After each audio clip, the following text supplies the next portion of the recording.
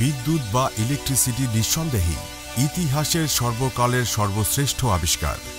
আর এই শ্রেষ্ঠ আবিষ্কার বিদ্যুতের উপর পুরো পৃথিবী এতটাই নির্ভরশীল যে বিদ্যুৎবিহীন একটি দিন বর্তমান বিশ্বে একেবারেই অকল্পনীয়। আধুনিক যান্ত্রিক সভ্যতার প্রায় সকল আবিষ্কার ও প্রযুক্তির মূল চালিকা শক্তি হল বিদ্যুৎ। অফিস, আদালত, স্কুল, কলেজ, কলকারখানা, কৃষি, এমনকি আমাদের দৈনন্দিন কাজে বিদ্যুতের অবদান অপরিসীম। এমনকি আপনি যে মাধ্যমটির সাহায্যে আমাদের এই ভিডিওটি দেখছেন সেটিও এই বিদ্যুৎ ছাড়া সম্ভব হতো না। আজকে আমরা এত আধুনিক সভ্যতায় বসবাস করতে পারছি, তার জন্য এই বিদ্যুতের অবদান সবচাইতে বেশি। এই বিদ্যুৎ আবিষ্কারের পর থেকে বিভিন্ন জিনিসের আবিষ্কার দ্রুত গতিতে হয়েছে, তবে বিদ্যুৎ কিন্তু কেউ আবিষ্কার করেনি, কারণ এই বিদ্যুৎ আগে থেকেই পৃথিবীতে ছিল। আবিষ্কার করা হয়েছে সেই পদ্ধতি যার সাহায্যে এই ইলেকট্রিসিটি আমরা কাজে লাগাতে পারি। চলুন তবে জেনে নেওয়া যাক বিদ্যুৎ আবিষ্কারের কি সেই ইতিহাস এবং বিদ্যুতের নানা রহস্যময় অজানা তথ্য। পৃথিবীতে কোনো কিছুর আবিষ্কার একদিনে হয়নি। প্রতিটি আবিষ্কারের পেছনে বহু বিজ্ঞানীর নিরলস পরিশ্রম যুক্ত আছে। তেমনি বিদ্যুৎ আবিষ্কারের চেষ্টা কয়েক হাজার বছর আগে থেকে শুরু হয়ে গিয়েছিল।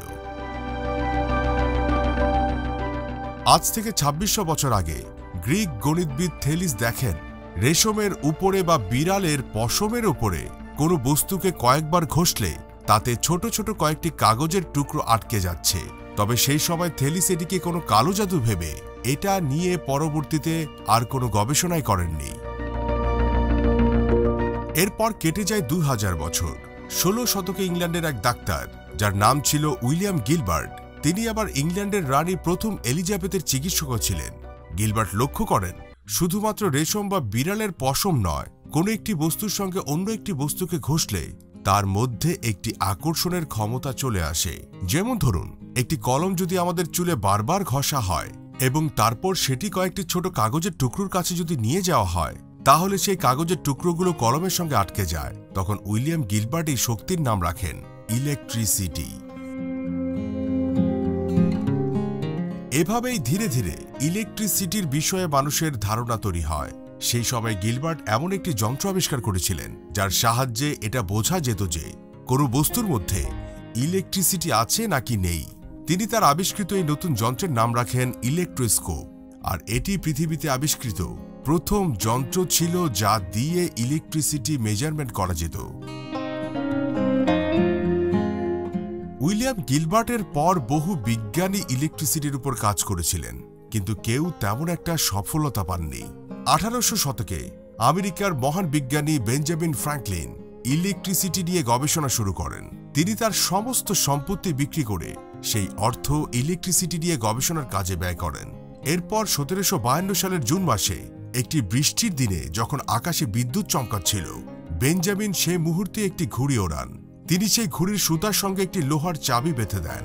সে সময় একটি বিদ্যুৎ তার ঘুড়ির উপরে এসে পড়ে এবং সেখান থেকে ইলেকট্রিসিটি সুতার মাধ্যমে প্রথমে লোহার চাবিতে আসে এবং তারপর বেঞ্জামিনের হাত পর্যন্ত এসে পৌঁছায়। আর এভাবেই বেঞ্জামিন ফ্র্যাঙ্কলিন হয়ে যান ইলেকট্রিসিটির আবিষ্কারকর্তা। এখানে আপনাদের বলে রাখি, বৃষ্টির সময় যে বজ্রপাত হয় তাতে ব্যাপক পরিমাণে ইলেকট্রিসিটি থাকে, আর বেঞ্জামিন ফ্র্যাঙ্কলিন সেটাই উদ্ধার করতে সমর্থ হন।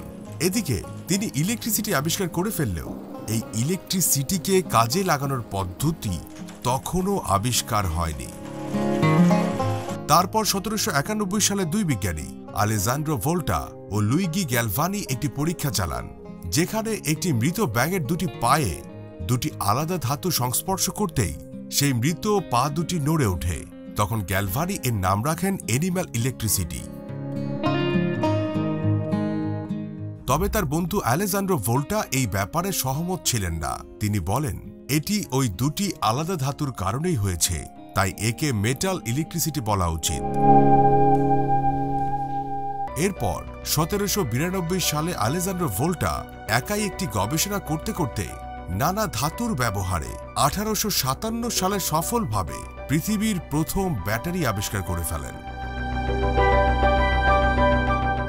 ভোল্টা জিঙ্ক এবং কপারের কতগুলো ধাতু ও পাতকে সোডিয়াম হাইড্রোক্সাইডে ভিজিয়ে এই ব্যাটারি আবিষ্কার করেছিলেন।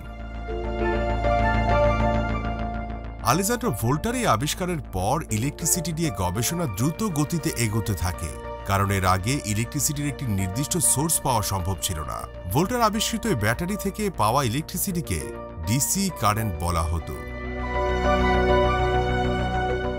এরপর 1820 সালে হ্যান্স ক্রিশ্চিয়ান ওয়েস্টেড নামের এক বিজ্ঞানী তার গবেষণায় লক্ষ্য করেন যখন একটি ধাতব ও তারের মধ্যে ইলেকট্রিসিটি যায় তখন সেই তারের আশেপাশে একটি চুম্বকীয় শক্তি তৈরি হয়।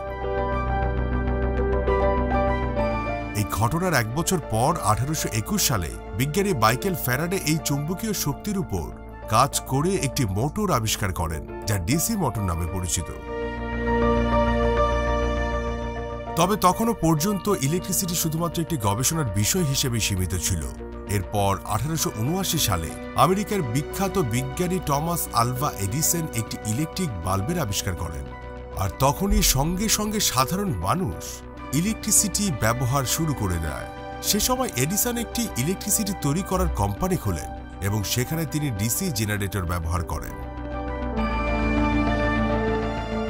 তবে এই ডিসি জেনারেটরের একটি সমস্যা ছিল, এর সাহায্যে উৎপন্ন হওয়া ইলেকট্রিসিটি ধাতব ও তারের সাহায্যে 2 থেকে 3 কিলোমিটারের বেশি পর্যন্ত নিয়ে যাওয়া সম্ভব ছিল না, আর এই কারণে প্রতি 2 থেকে 3 কিলোমিটার দূরত্বের পর একটি করে ইলেকট্রিসিটির প্রোডাকশন ফ্যাক্টরি বসানোর প্রয়োজন হতো।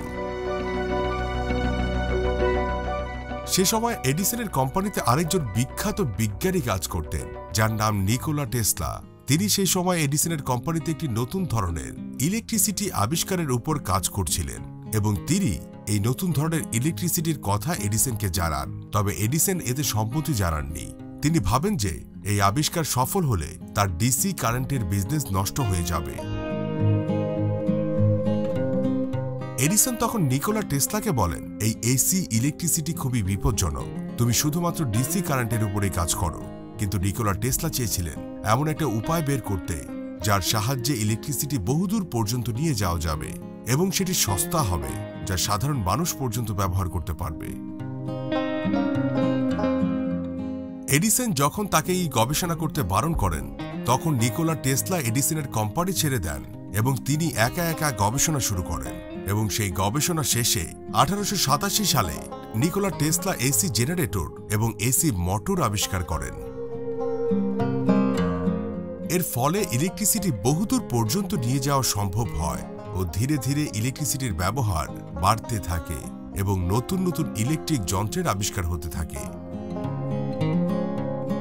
বর্তমানে আমাদের বাসাবাড়িতে যে ইলেকট্রিসিটি আমরা ব্যবহার করে থাকি এটি সেই এসি কারেন্ট, যা বিজ্ঞানী নিকোলা টেসলা আবিষ্কার করেছিলেন। আর এই হচ্ছে বিদ্যুৎ আবিষ্কারের ধারাবাহিক সংক্ষিপ্ত ইতিহাস। ভিডিওটি ভালো লাগলে অবশ্যই চ্যানেলটি সাবস্ক্রাইব করুন এবং লাইক, কমেন্ট ও শেয়ার করে অন্যদেরকেও দেখার সুযোগ করে দিন।